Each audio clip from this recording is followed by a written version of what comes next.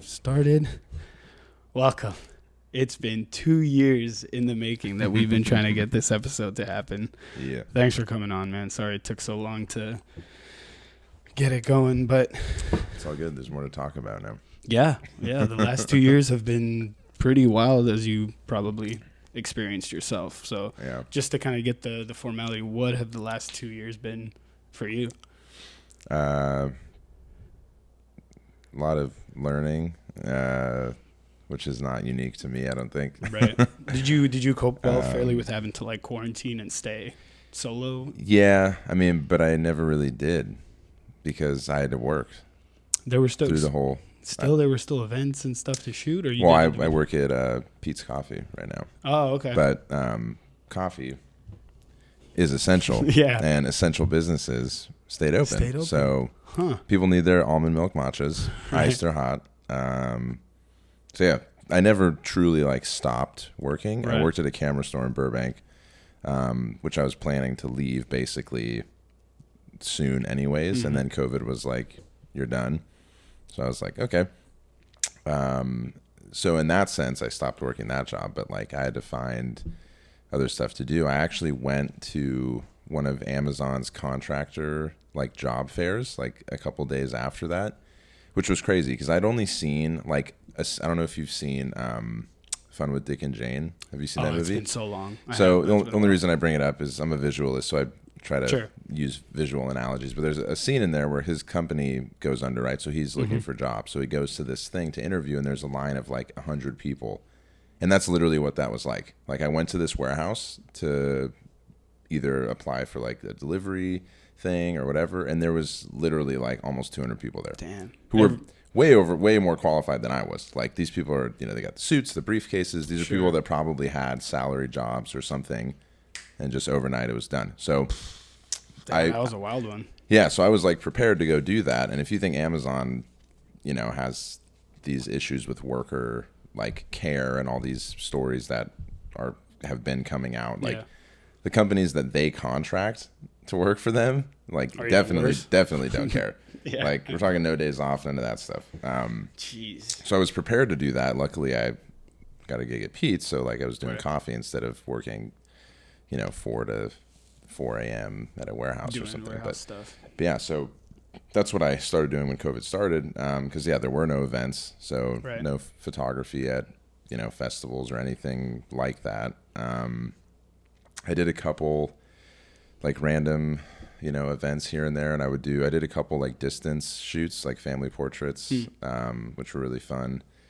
I mean, I take it was that difficult to kind of navigate through, because I'm sure like finding something to just keep you busy was one thing, but doing your photography and your video editing, which I assume is probably more your forte, was that tough to adjust to or get used to? Did you even have an idea of like when this was going to pick up again, or even I mean, not really. I mean, I definitely didn't want to do like the coffee shop thing. Like I had a lot of like shame associated around that for a decent amount of time when it first started, because I had a couple like proposals in the works with some businesses, and like LIB was going to happen that year. It was in March, so I was like kind of finalizing what I was going to pitch to them to try to do some content there, and then all that ended. So I was like, well, I thought I'd be able to have a go at like freelancing this summer or something, and then I didn't. So that was kind of like and I'm not the only, again, like gut punched. None of this is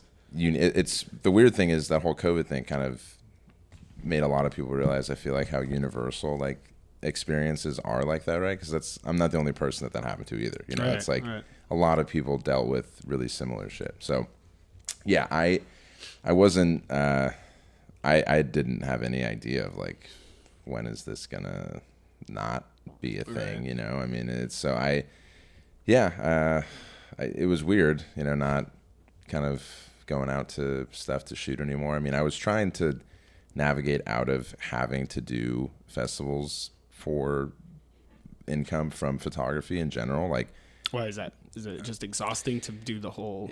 Yeah, it was like exhausting, but also like you start to notice like certain like inconsistencies within your own work if you start getting like, I would not necessarily want to use the word bored, but like if you start getting complacent or like, oh, you know, I'm not doing this the same, or I'm not being as like cognizant of this thing that I'm doing. And it's like, you know, if you have to think about it, like, is that because I'm not as passionate about this as I was, you know? Right. You start to feel it kind of lackadaisical on your part, and you're like, am I putting in as much effort as I need to put in? Yeah. No, I get that, man. I wanted, before we get into like the festival stuff and the video editing as like current day and what you've been doing, I'm always curious with photographers, like how it starts, because I've gotten into that same mode of like, you know, I've seen, you know, Narek does most of our photography, or did our photography for 900 Block, and I was like, you know, like those photos look so sick, like I want to do that. Yeah, like I bought a camera,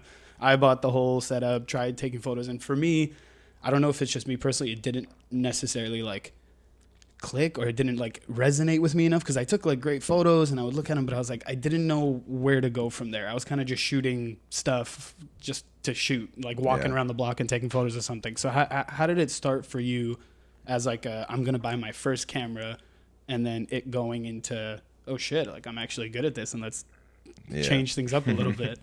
Well, I played competitive paintball for a while, like when I was sick. Yeah, you're like on a team and everything. Yeah. Let's talk about that. Hold on, before we get into the competitive paintball. Yeah, so I did. I mean, I was always in sports growing up, and then when I stopped playing ice hockey, I went and started playing paintball, because a few people I played hockey with like transitioned into that. Where'd you live to play ice hockey? I mean, there's rinks in Pasadena. I lived in Burbank. I live in so Burbank. like local. You didn't have to like go into frozen lakes. I mean, I did play travel, but it's one of those things that gets really expensive. Right. So I played like when I was younger, and I had no idea. It was fun. So then the paintball thing was really cool, and I mean, it's just as intense as ice hockey, except instead of a stick, you have a gun. And you get hit pretty hard. And you get hit, and you know, you're just running around shooting little paint bullets at people. The double finger technique, that whole thing. Yeah, and then there's like there's speedball, which is with the inflated bunkers, and that's I've seen that. So that's what I was playing. Then you have the other side of it, which is like they'll call it conquest, or you know, you could say tactical, capture whatever. The flag kind of thing.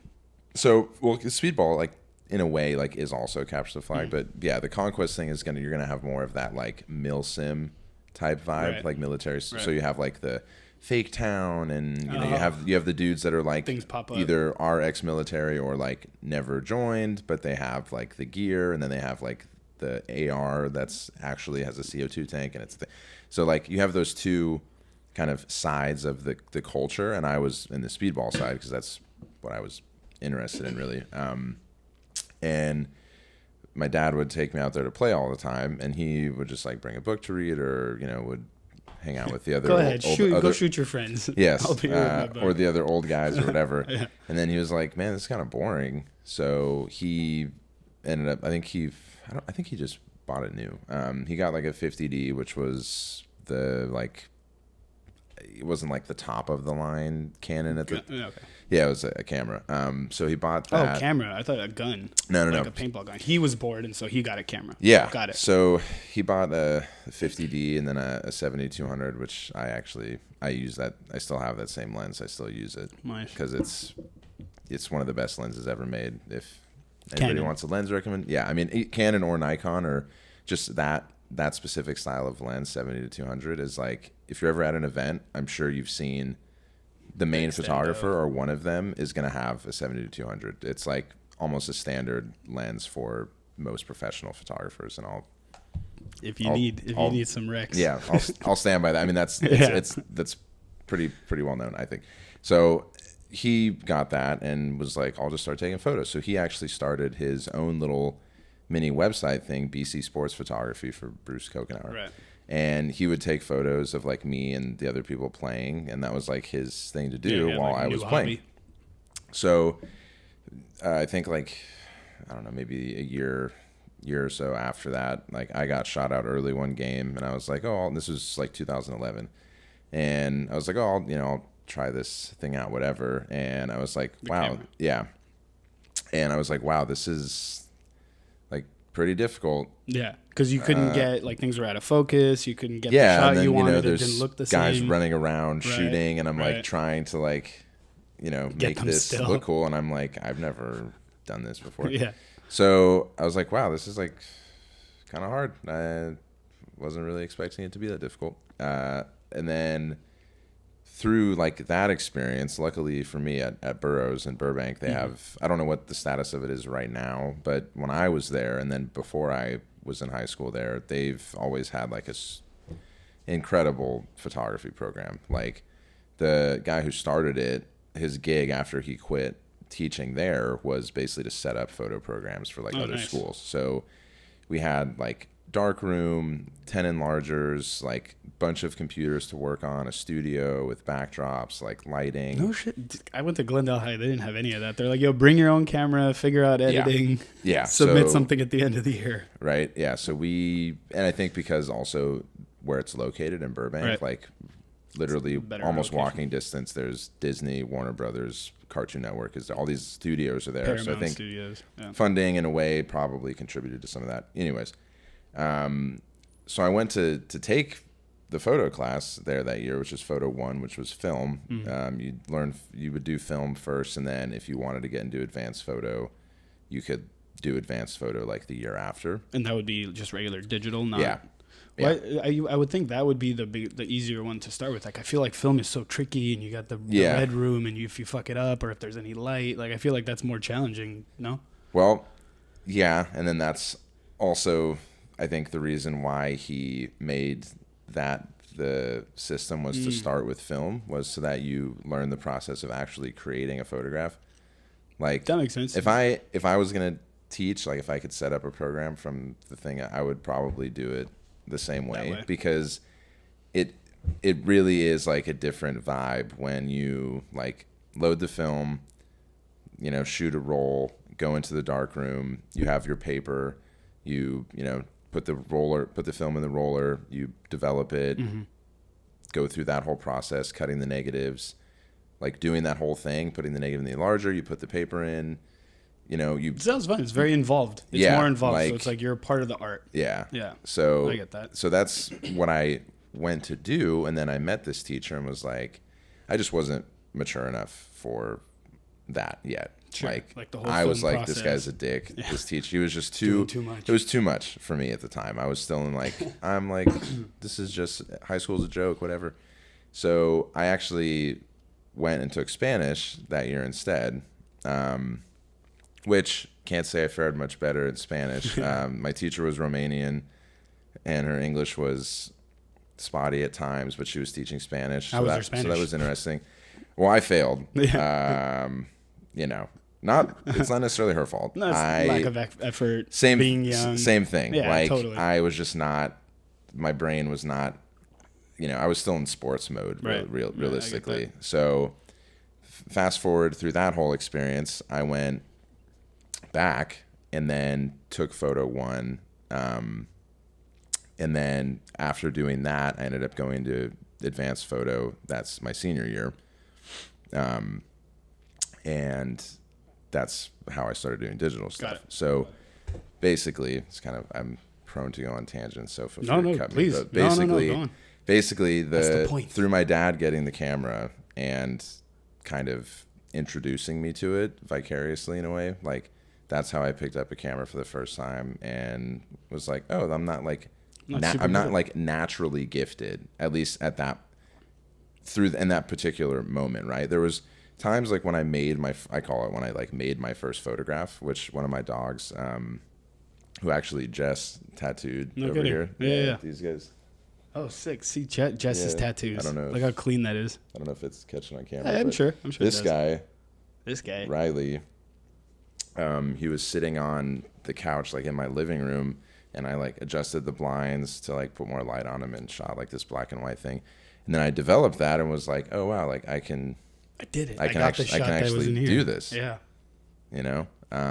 So then doing that over and over again, I kind of felt like that was my thing. Because before that, like, especially in high school, right? Like everybody knows that like an identity crisis is like the name of the game in Yep. high school for a lot of people. You know, if you're fortunate, I guess you latch on to like swim team, or like you're in band, or you have these like crutches that like you found your niche or whatever. I did not. I had the complete opposite experience. Yeah. It was freshman year. I was wearing all black with chains and studs. Sophomore year, I was wearing extra baggy clothes, Sean John and Anichi. And it wasn't until I found skateboarding that I kind of was like, oh, I found my thing, kind of. Yeah, but I totally get going through the motions, especially at that age. Like, you don't really know where you're at or what you're doing until you find something. Yeah, and that's what photography. So it went through like, you saw, I think, the sport mode in you and how you're so used to being like an athlete, so to speak. When you go and you see that your dad has something and you try it and you're not that good at it already, I think it like planted something in the back of your head where you're like, fuck, like I'm not good at that right away, but the challenging aspect of it is what made you want to continue. Yeah, I get that. Yeah, definitely part of it. And then, I mean, it was a similar thing for me, right? Like I've always liked riding longboards. I'm not necessarily a skateboard guy per se. Skateboard, longboards. Those I don't know how to ride those. Those things are so fucking tricky to maneuver. I'm so used to being able to pick the board up off the ground and have it do whatever. So with the longboard, I'm like, oh shit, I can't move it. I just gotta ride. That's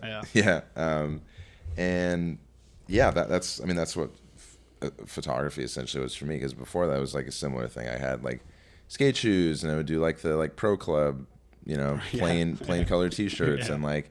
I remember like buying a pair of what are those, the jeans that were really popular at Active? What are they? Cruise.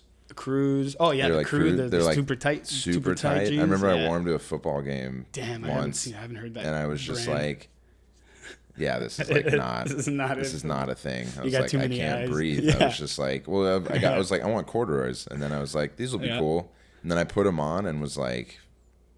Dude, there was like a challenge back in the day, like who could wear the tightest pants in our skating crew, and it just got tighter and tighter to the point where I was like, you know what? I prefer baggy pants. I'm okay not going the direction of crew. Yeah.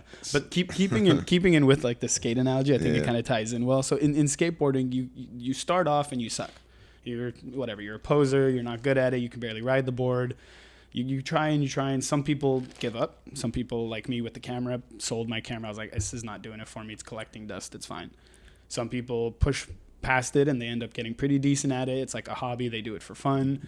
And then some people, there's a point where they become next level. Like there's a regular skateboarder, and then there's the amateur level, and then there's the professional level. So in photography, like especially like you were saying, like you had to put in a bid for LIB.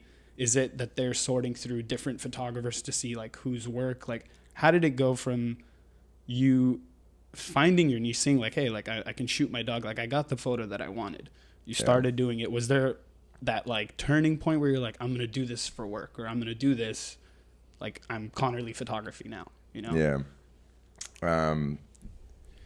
It's interesting to think about like a specific thing. I mean, or just like a time or like a transitional phase or something. Well, the first time I went to Lightning a Bottle in 2012 for the first time, like right after I graduated high school, and that was like the first festival I ever went to. Lightning in a Bottle. Still haven't been to that one yet. Which was like, oh, dude, it's a lot different now than it was then. Of course, I mean, everything is, but it's still like amazing. One of the best festivals you could go to, in my opinion, because it's like Coachella, Burning Man, Had a Baby, and then pretty much.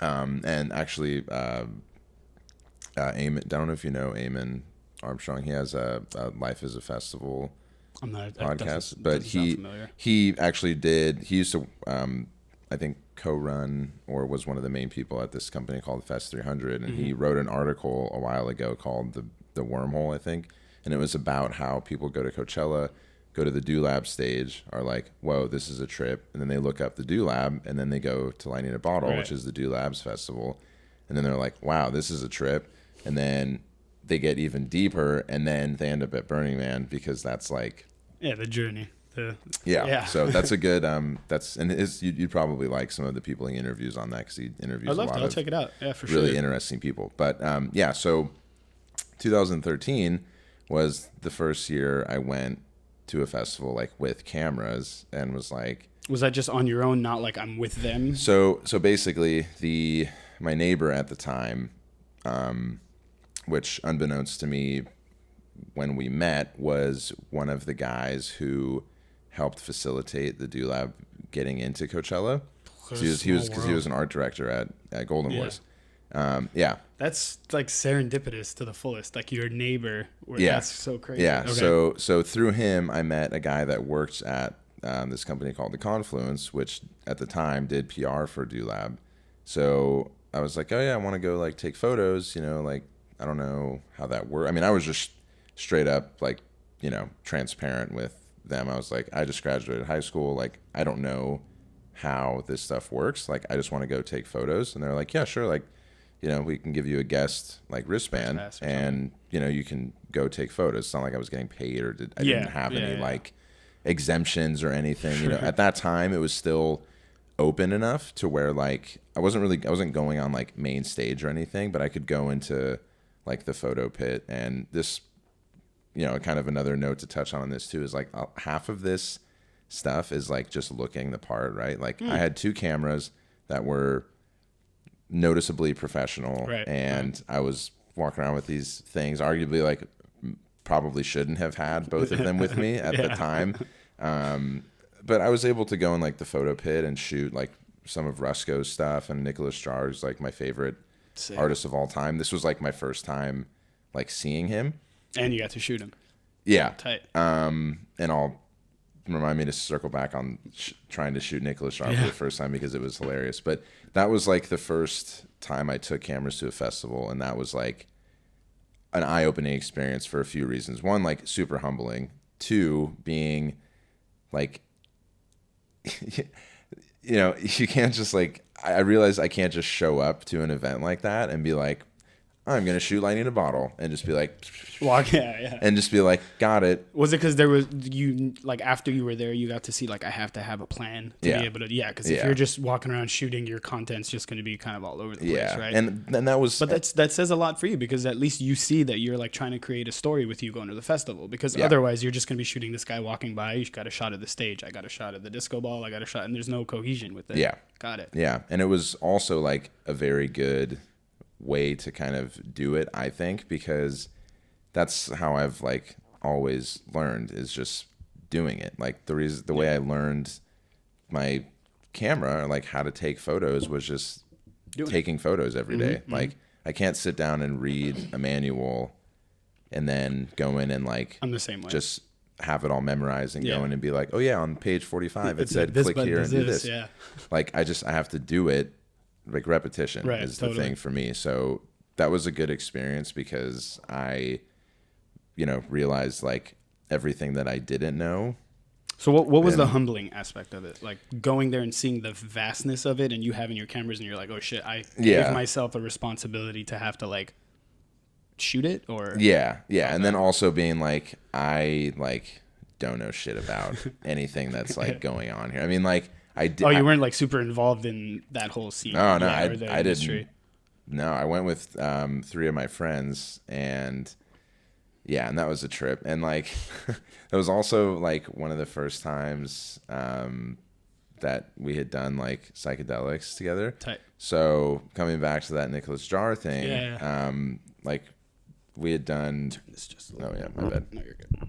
There you know, I don't know how like in detail to go on this, whatever, but whatever you're comfortable with. We were having a solid trip. We'll just say that. Yeah. And, you know, with my knowledge at the time of photography, like there were certain things that I had no clue on like how to photograph. I'm like, if there's light on the subject, perfect. Because I can adjust settings and all. If it's too bright, I'll like work with it. Now, with an artist like Nicholas Jar, who like doesn't really do the conventional like I'm a DJ, I have lights over me thing. That's like very much not the way that he performs, right? His is usually very dark, and then there's like as much smoke as you can possibly get on the stage. So he's up there with no light on him, and I'm like having my, you know, my brain's doing its thing, having the time of its life, and I'm like, my brain's doing its thing while you're trying to also focus. And I'm just like, so I'm like, I have no, like, how am I supposed to photograph this? Yeah. This dude's on the stage. There's like no light. There's so many people in front of the stage. Like, I mean, you've been to events, so like picture like the spine of the book right here. This is like the gate that separates the front row from the pit. Right. People are just sitting on top of this, like just like with the like straddling it, like on that so side. that's full. The pit is like I can't even get over there. There's so many people, Yeah.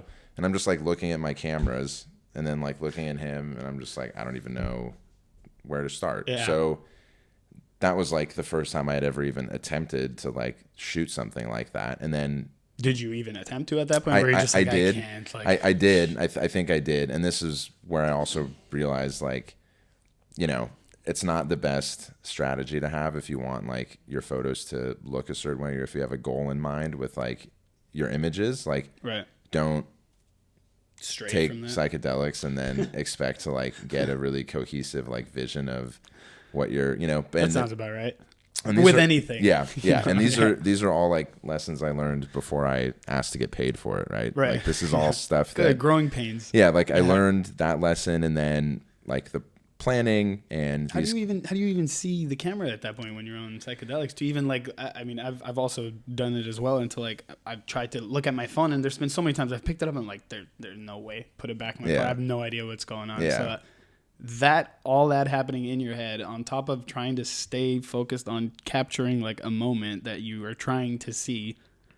What did you expect? Like, what did you like set yourself up to right. struggle? Yeah. Well, and I think like being like, I use the term visualist earlier because that's like how I would describe my brain. Like I have this, and I don't, this isn't necessarily like proven in a medical journal or something. This is just my opinion.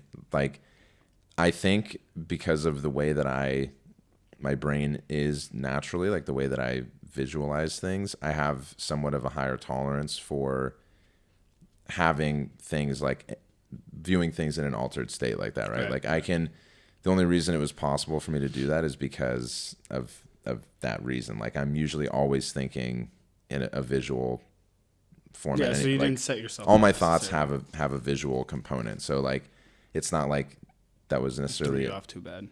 But it was crazy because I'm like, I don't know, like, and I'm looking out in the crowd and like everybody's fingers are like connecting to stars, and I'm just like, I can't shoot this right now. So yeah, that was a trip. And I think after that, the next year, 2014, is I went to Joshua Tree Music Festival, which is happening this coming weekend. And that was the first festival I went to alone and took photos at. And that was really cool. That's a great festival too, especially if you like world music. Like I love world music from different countries and folk music. Like I was just talking to my buddy. I was like, world music is like it just has everything that you could want in like dance music, but still a lot of different ethnicities and like a taste of the culture. Yeah. And Joshua Tree Music Fest is great for that. They have I've never heard of it. I didn't know that they had a music fest. I'll check it out. I mean, it's obviously on the more like low key side in terms of festivals that happen now, but that was prefer that like, almost. Yeah. You should check it out. There was they have two, I think, still every year, a fall one and a spring one. But that was like when I started taking those like initial steps of like attempting to take initiative to try to, like photograph events and kind of like, yeah, this is like something I think I would like to do is like, ideally get paid to photograph music and people doing fun things. And then I just kind of kept from my memory. I kept doing that. And then I started doing photos for a group called the DJ List for like certain events. That was like a blog thing. So I would do photos at like the Yoast a couple times. I shot like, this is all in like 2014 era. Like Odessa was playing at the time at like smaller venues before they ended up selling out the Staples Center at some point. And then like went to Desert Hearts in 2015 for the first time to their fall festival, which was like basically insanely cold and awesome. And that was a trip because I had like never been to something like that before. Just like a freezing festival? Yeah, and then just like that whole vibe was just so like, specific. People were walking around like meow meow, like making cat noises, and I'm like, I don't get it. And then people are like, I don't get it. It's for ketamine. I was like, oh. Yeah, I see. That went way over my head. I didn't either. I was like, this is like, why are people making cat noises? And then somebody was like, you guys are fucking meowing now? That's like a thing? They're just meowing? It was. I think that was. I mean, it just happened now. I'll ask some friends. I'll see if anyone meowed at them while they were. So it sounds like this wasn't just like I decided to be a photographer. I picked up a camera a couple years ago. This has been something that people see the work, they see your profile, they see you and what you put out there, but they have no idea that like the first time you tried to pick up a camera was when your dad was shooting you at a paintball match because he was bored because he was tired of reading. Yeah. So now you get to see behind the curtain. Yeah. Yeah. So you kept shooting, you were going to these festivals, and it sounds like your catalog or your portfolio started to like have really good content, stuff that you were proud of, and you went to this blog and you're like, hey, this is what I can do. Let me shoot for you guys. Yeah. Okay. Yeah. And I mean, and that's that's even a trip in itself too, because like the whole imposter syndrome thing, right? Like I still deal with that, like believing that my work is good enough is still a thing that I deal with. Like totally. It's way, way, way more like subdued and not as prevalent now, but especially like for a long time, it was just like you were hyped on yourself. Like they're not gonna. So you weren't giving yourself the credit that you. Oh, like that's the complete opposite. I would go and shoot stuff and like would edit stuff that night, and then the next day I would be like, you know, whoever I was shooting for, I was like, you know, my thought process would essentially be like, I hope they like don't call me, because I feel like if I do hear my phone ring, I'm gonna expect them to be like, these photos suck. Like it. Why do you think that is? That's like a. It's interesting because I don't necessarily. I think it's from like. You're your harshest critic. Yeah, I think it's just from a couple things that probably happened like early on that I just took way too personally, and then like sort of somehow skewed my like internal traumas, monologue. Man. Growing up, life. Yeah, like there's been other ones that aren't related to photography that like I've acknowledged in recent years, and it's made a lot of sense. But with the whole photo thing, I think it's just either something probably from sports. Like I did try to play football once, and it was a horrible experience. And like I think part of the way that like coach handled stuff and like those kinds of things might have played a role in that like internal monologue of like, they're gonna hate this. Like, yeah, it's not gonna. Literally, just like the instant right after, like I would leave and I would just be like, "Fuck that up." Huh. And then I would get home and be like, "Oh no, I didn't." But it was such a weird thing to experience, because I was just like, I would have a solid stretch where that wouldn't be the thing, and then like one thing would happen and I would just be like, "Oh damn," you know. But fortunately, you know, we're able to like learn from stuff. But that was like. Is that something that you still deal with? Yeah, but I'm with certain things, like I'm a lot more comfortable with the camera now. But I mean, at this point, this was back in 2014, 2015. Yeah. So yeah, I mean, this is still so moving forward through that. So let's say you started working with the blog, you were still kind of like self-deprecating, like you were still not super content, but you were willing to put yourself out there, which is that's a mind fuck in itself for you, because you're dealing with a lot while you're trying to move yourself forward, but you don't necessarily believe that you deserve to move forward. Yeah. How does the competition work in that space? Because if you're talking about an event, obviously you're not the only photographer there. Is there ever a moment where like, oh shit, that guy's also like taking photos, like I gotta take better photos, or he's got his own thing, his own photos for his own blog. Yeah. Doesn't really affect me. We can both get great shots. Yeah. Well, that part is true. I mean, everybody, I think like should be able to get good photos. Right.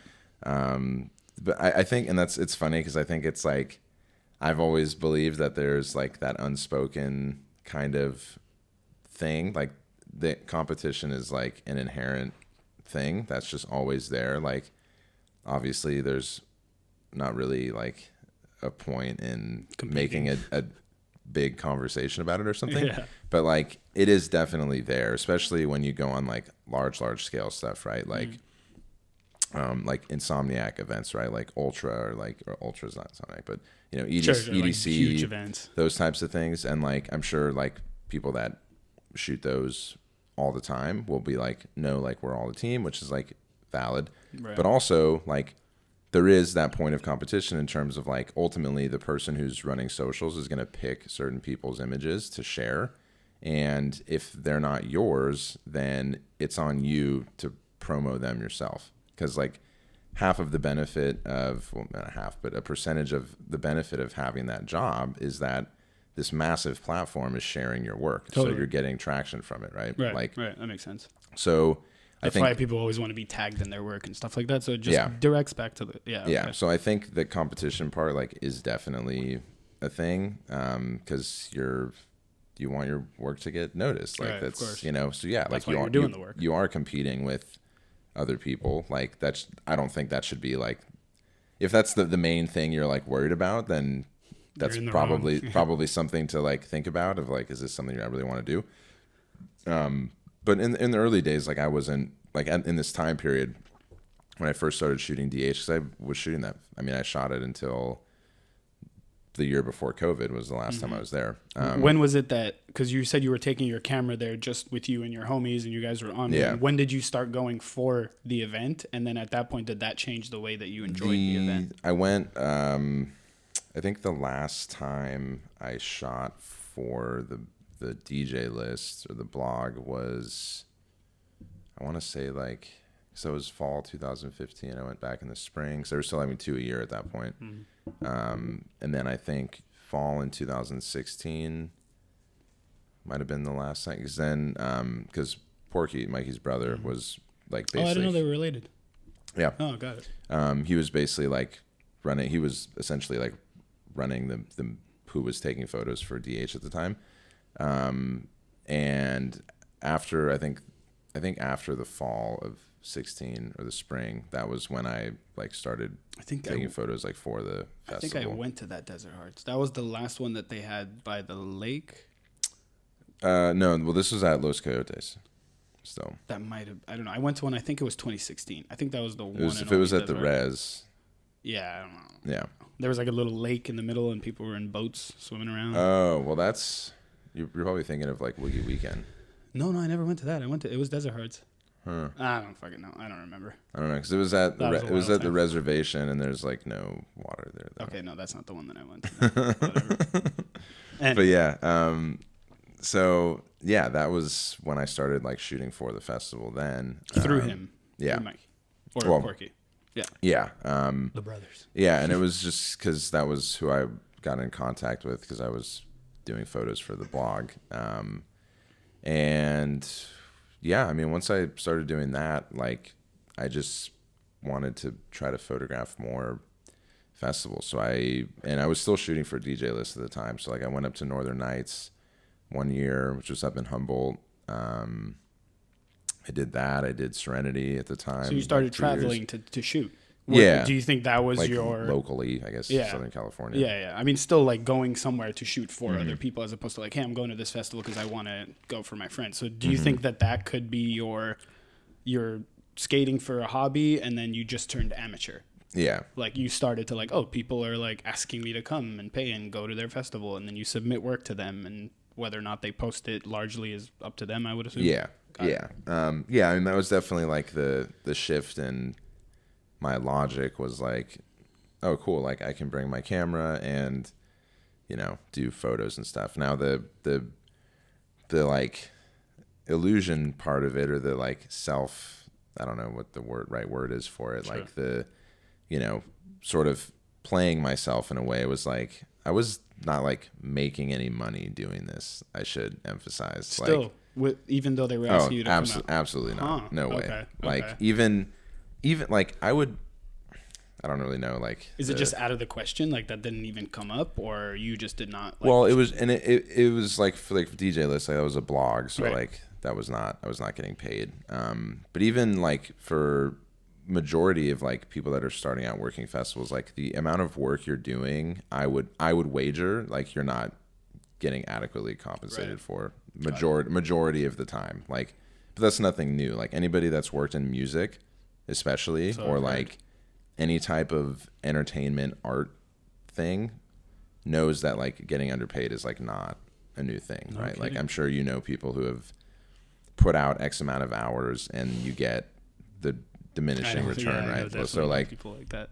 You know, like I've worked events where it's like, yeah, like you know, do well this whole weekend, and it's like what I normally would make like in a day. Do they try to sweeten it by doing like, yeah, we'll get you into the festival. You don't have to pay for your ticket. Yeah, exactly. You don't have to, and that's part of like exactly. their payment. It's like photographers shooting clubs here in LA for like drink tickets and an extra ticket, right? It's like, well, do you like if I want to get drunk, like I'll just go and get drunk. Yeah. Like I don't want to come to get I don't drunk really and shoot. I don't want to have to risk like breaking couple $1,000s worth of equipment right on just to give you the content yeah. that you need. And I'm not saying like I didn't make those exceptions or have those experiences like when I was starting. Like one of the first events I ever shot in a club was Bygore, which I don't know if you ever went to Dim Mak.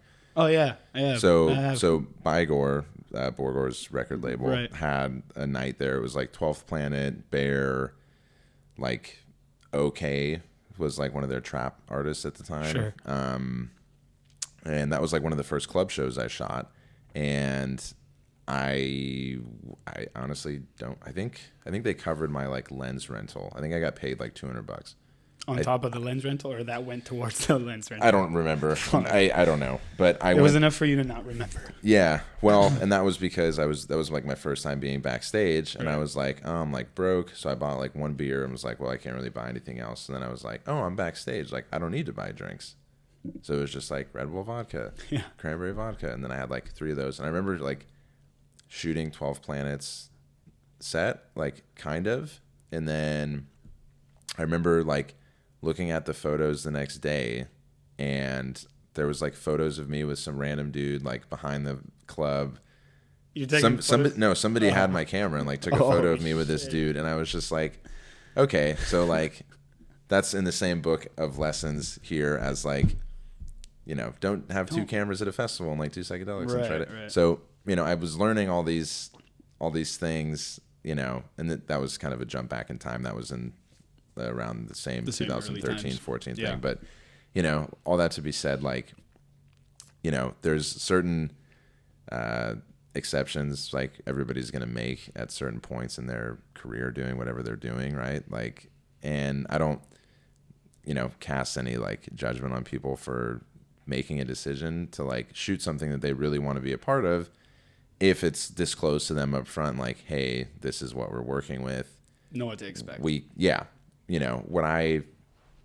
is unfortunate is when it's an organization that like very much has the infrastructure and the means to not do that, and they still do it because they don't want to pay somebody to do the work, right? And then like I just had a friend, for example, who helped run this festival this last weekend.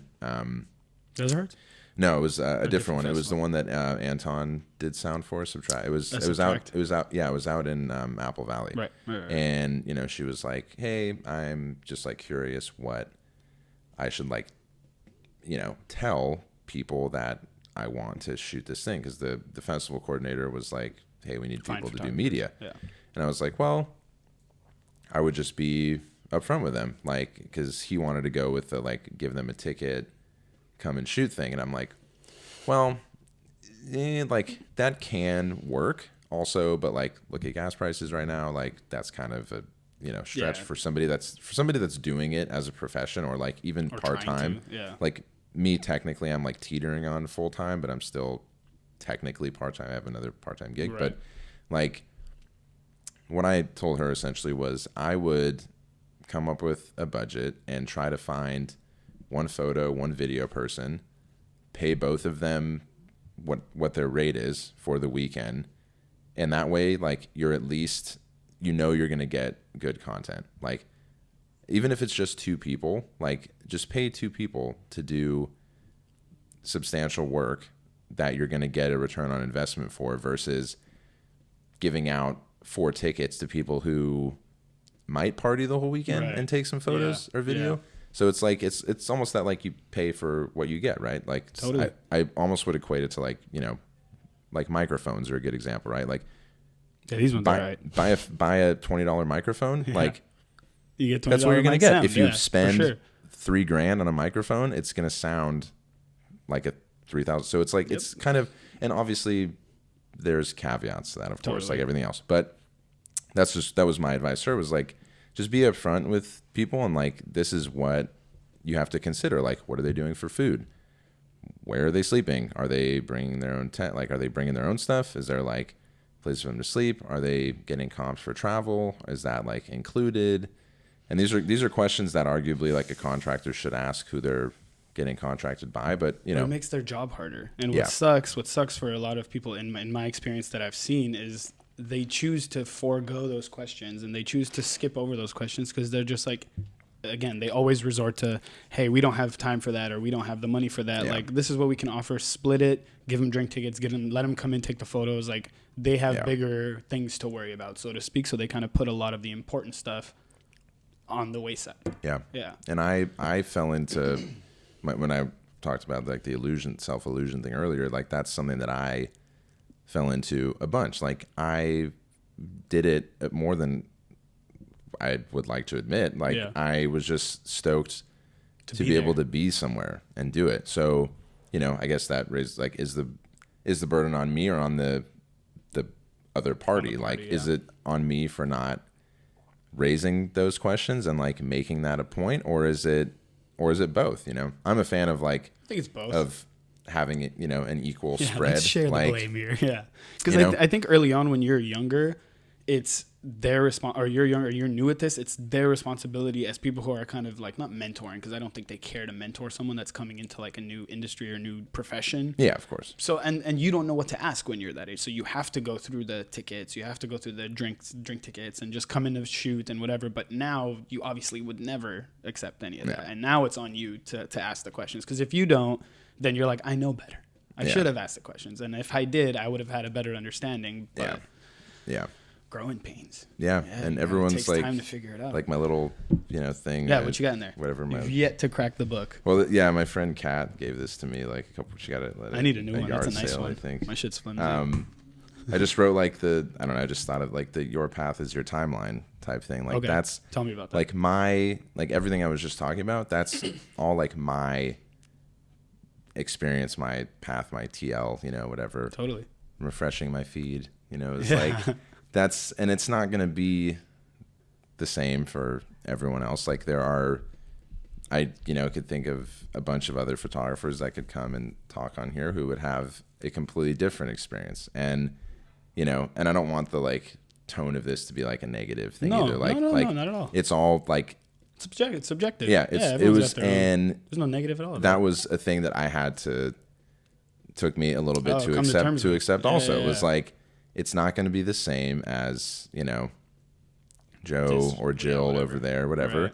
But, getting comfortable with like doing it my own way and realizing that eventually, I might be doing something different. Like it's not going to be just because I'm, I want to do work this way or do work in this environment. It might not be in the way that I originally envisioned doing it, whether it's photo or video. How did that transition happen? Because I know largely all we've talked about is photo, but I know you're also a video creator, editor, shooter. Yeah, I mean, I definitely like can edit like on a base level. Sure. I definitely am not like a visual effects editor or something like that. Crazy CGI. Yeah, well, I don't know if you've seen any of the Edit Party or like ever heard of it.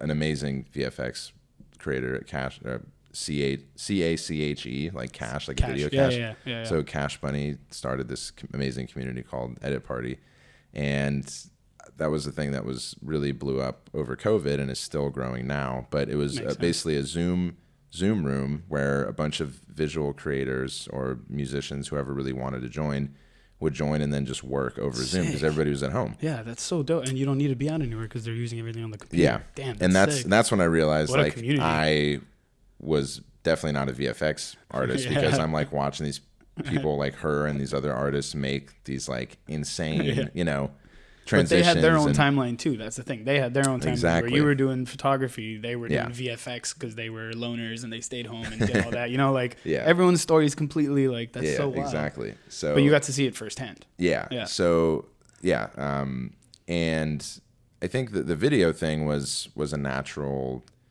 kind of progression, because even like when I was doing photos at Desert Hearts, like I actually started putting together this like little mini slideshow thing of some of my like favorite portraits from there, because I'm right now editing the portrait series that I shot. You mentioned that. Let's talk about that. At the house next door to me when it was open, because the owner gave me permission to shoot over there. And so I'm like working on those two, and those are video kind of photo projects. So I'm like mixing the two mediums together. Yeah. But yeah, even like before I was editing or like trying to get video gigs, like I would use the camera I did have to do just random video clips, you know, at festivals. And it's super daunting, because it's one thing to like compose a photo, you know, and you can compose and create a singular image. And with video, it's like there's a lot of outliers. Yeah, and it isn't just a still, like it keeps going. So it's like there's a lot of elements that you might not necessarily be able to control, and probably most you can't control, I would think. Right. Yeah. And you're like trying to create this thing, you know, and it's one of those things where like you hit record and you're like, oh, this looks so cool, and then you're like, what do I do now? Yeah, you just keep shooting until something exciting happens. Yeah. So yeah, I think it was a natural like progression. I mean, I've been doing a lot more camera operating now. I was gonna say, do you lean more towards photography versus video now, or? I still do both. Like I just had 2 gigs this last weekend that were both photo, but I also just had a gig the other day that was video. Right. And I think it just came. That all kind of ties into that, just having diversity and like wanting to get out of strictly doing the like festival nightlife, that kind of like that type of environment was getting kind of draining. And you know, I wanted to be able to do gigs when the sun's out and not after being up all night and the sun's out because of that. Yeah. And like most of you people out there. Yeah. Party animals. Yeah. And, you know, like if I wanted to go to an event, like I wanted to be able to just go and not have to be like, oh, I'm not working, I'm losing, like I'm not making money now because I'm not shooting this event. Yeah, for sure. So yeah, it's, the video thing kind of just went along too with like, there's a lot of ideas that I have written out that I'm, you know, that are in my little sorting.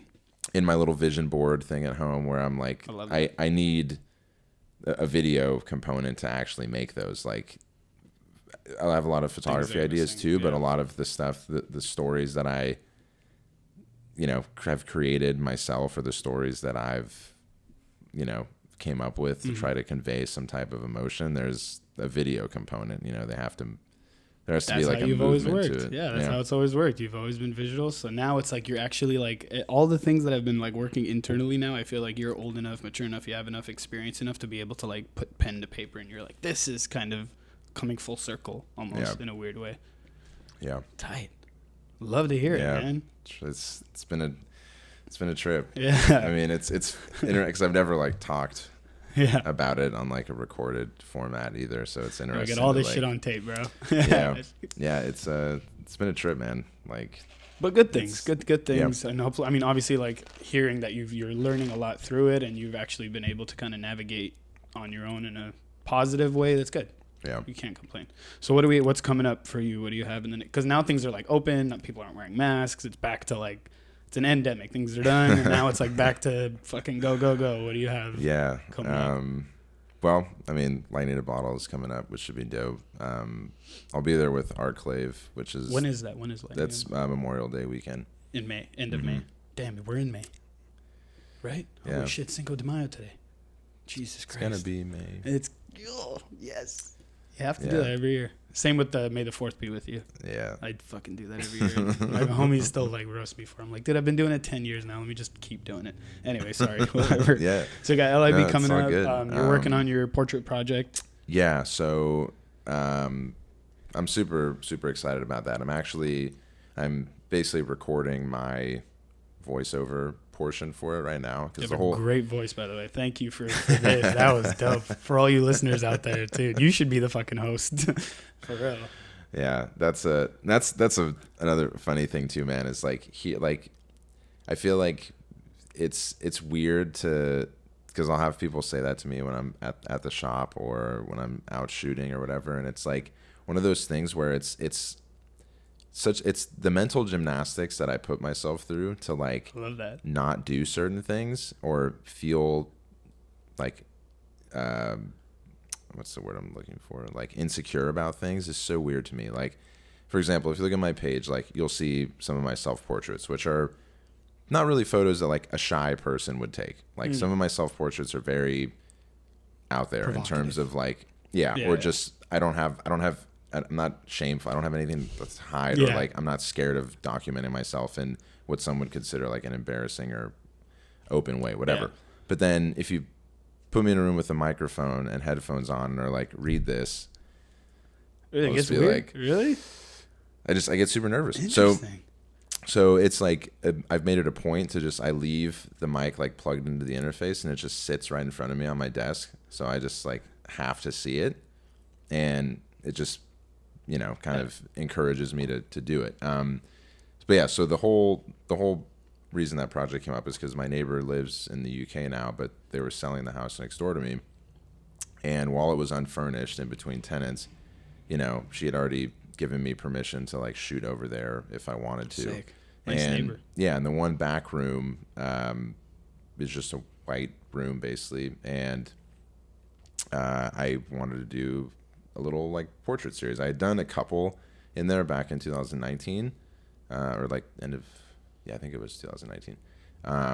And I really liked the way they turned out, and I was like, I kind of want to do something similar, but this time I want to actually like come up with kind of a theme, an idea, and like make something with it. You want to compose it. Yeah, because it felt like, I was like, it's time. Like I'm hell yeah. I'm done. Sick. Kind of like half-assing this shit. Yes. And like I need to, like part of the reason why I have some of these like stressors or emotions that I do is because I'm not pushing myself to do it. So let's just do it. And I was like, well, what's the what's the theme I want to work around? So I picked individuality because that's a super important I love that. thing to me. And I think it's something that should be celebrated and held up and talked about because it kind of goes along with that, I guess in tandem with the whole self-empowerment type of thing that's really popular now too, rightfully so.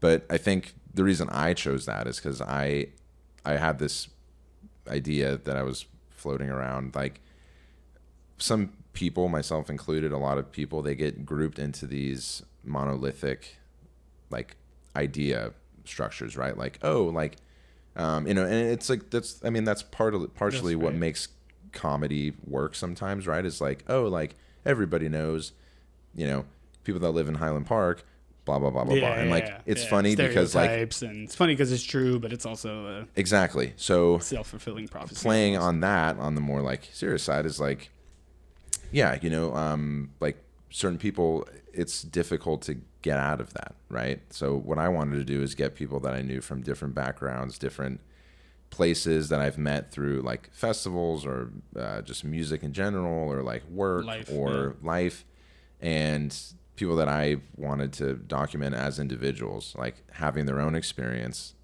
and being able to be seen for that, like just being themselves, not like, they're part of this group and that's like what they always will be, or like, they do this and that's like, that's them, even though they get put in a box. Exactly. So that was the concept that I came up with, and luckily, like the goal essentially was just to have whoever was involved to come in and do the shoot and leave feeling a little bit more maybe comfortable with who they are, or at least a little bit more confident. And it worked every time. So essentially what it is it's the portraits that I shot, but the setting is the same for each person, but they're different. Each person is different. So essentially, and this isn't, and like, not to take anything away from myself, I guess, but yeah, don't do that. Stop doing that. Fuck.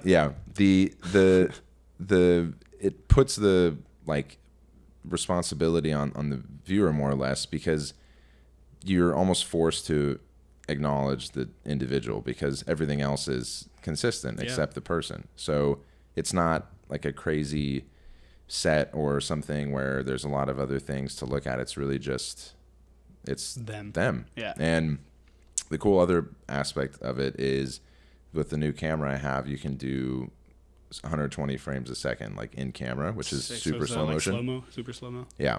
And I basically did a little portrait with that at the end of each session. So the reason I did that is it's like a little bit, it's kind of a more intimate portrait in a way, in my opinion, excuse me. But so that's kind of how I played that out. And then doing that, I wanted to add a narrative video aspect to it. Narrative video aspect of it, and then use my voice to kind of talk about why I wanted to do it, why like portraits are important to me. Over it as it's playing. Yeah. And then why like the individual experience shouldn't be lost in this. Because that's another thing and the whole reason I thought of that too is because of the way social media works, right? Like, oh, like everybody look at this, and it's, it's viewed from almost from an aerial standpoint, right? Like there's this thing happening and it's like a wave that rolls over and then people move on to the next thing, whatever. But more often than not, I feel like the individual that is experiencing something, or like the single person story, or their experience is like, it doesn't get told, or it doesn't, they're not getting documented. Right. And it's there, and then it's a part of the feed. Yeah. When do you plan on having it come out? Is it just kind of just in the works? So I want to have like a short form version that's like digestible for people on TikTok, right? Because you can post 3-minute videos now, but like sticks around 3 minutes if it's not captivating. So my plan is this coming week I'm gonna have like a little trailer, and then I want to have it done and posted like before LIB comes around. So this month, we can expect it this month. Hell yeah, I can't wait for it, dude. Where can everyone find your work? Where can they find you on socials? So TikTok? So my Instagram is Conner Lee Photography. It's CONNER. Not O. A lot of people spell it with an O. Still, I've always spelled it with an E. Not gonna. It's. How do you pronounce your last name? Oh, Coughenour. Coughenour. Like drink a Coughenour. Drink a Coughenour. Because I'm reading it. It's not Coughenour. No. I feel like your last name looks like it's easier to pronounce than it actually is. Yeah. Coughenour. Okay, cool. So Conner Lee Photography on Instagram. Yeah. And then Conner Lee Media is my TikTok. I'm not trying to throw people off with different names. It's just easier. Yeah. And then my website is just clcphoto.co. The series that I'm talking about though is going to be I'm going to post the clips on like my IG and then TikTok, and then I think the long form version is going to go on my site and through YouTube, or just directly on the site. I do have a YouTube channel too, which is also Conner Lee Media. But that stuff's all like linked on my profiles and stuff. But yeah, I think that's something that I'm going to decide like on for sure, but it's going to be on my website and all my social stuff. I have to figure out if, it's kind of one of those questions, right? Like, do I want to do the trailers on my like IG and TikTok, and then, just have people go to the site to watch the full one? It's how long are reels on Instagram? Are they? I think they like 3 minutes. I think, right? You can. I mean, they're just competing with TikTok, so I think they're probably matching the same. Yeah. The same thing, because now it's like you can watch a minute of it, and then if you click on it, it opens up into a reel, and then I think it plays longer. But either way, wherever it ends up coming out, I'm excited to see it. Please send it to me. We'll share it everywhere. We'll make sure people get the views and respect the individual. That's what it's about. Yeah. Thank you so much for coming on, bro. It was so nice. Thanks for having me, man. Yeah, of course. My pleasure. Thank you guys for tuning in.